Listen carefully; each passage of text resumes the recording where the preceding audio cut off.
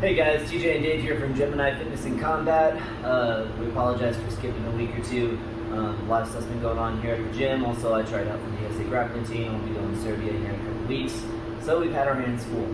But with that being said, since our last tournament, we talked about guard breaks and getting out of the guard and not dealing with that. From there, we're going to progress into passing.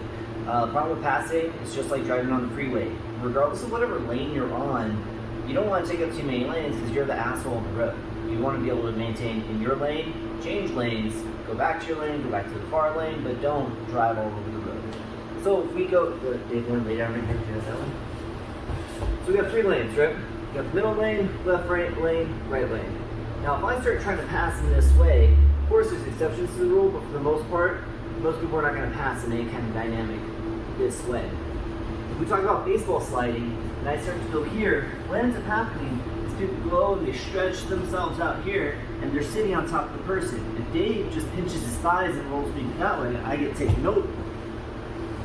So I don't teach that to initial people. Let's talk about pinning and passing. So from our initial guard break, right, I go, posture, in the center, break it out, grab my knee up. This is a joystick. Now if I go down to the left lane, I'm driving my shin over, pinning my knee down, my hand is staying on the knee, my other hand is staying by my ribs on the hip, using my head on the center line, driving past, flanking the arm, getting side control.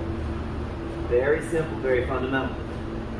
Now if I come up here for my guard break and I open up to the other side, I have to start with my back step. This far hand either needs to collect the wrist, collect the neck, something to flatten him out. If I try to pass while he's in a ball, he's just going to scoop underneath me and I'm going to have a bad time. This far hand is staying on the hip here, close to my ribs. So I go to the neck, go to the hip, keep to my ribs, drive my knee forward, keep my head in the center line, pass the leg, switch. So we always talk about chaining our attacks. If I go here, he starts to defend with both hands on the knee, whatever the knee shield is. I get to change lanes, come back to the center, go to the other side. I can windshield wiper over. I can go, and as he puts his knee there, I change to my other knee, back step this way. But now I have options. You don't have to get super complicated. We're still going in the same 3 general directions. The last one I don't teach is because it's kind of mean, and you know, Dave wants kids. Kidding, Dave doesn't want kids. I want kids. If I'm here and I'm dealing with somebody, I can drive my knee right to the center line. This from here, as I control the head and elbow, the wrist, whatever the dynamic is, I can start to steer to either direction. It's also mean. Don't squish people's nuts. Be nice in practice. At the tournament, smash nuts.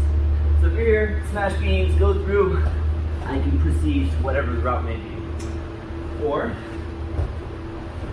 go through, control, straight to mount.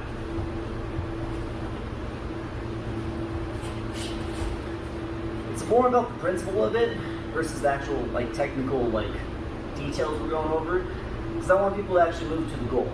If they're actually dealing with the goal, not just the process, there's less things that they're actually worried about. I'm not worried about what the other person's going to do, what's the exact position in. It's just I want them to go. I don't want them to think. I want them to move. And then we can start to calibrate accordingly from there. If you have any questions, please leave them below. Reach out to us. We'll see you next week. Thank you for your time.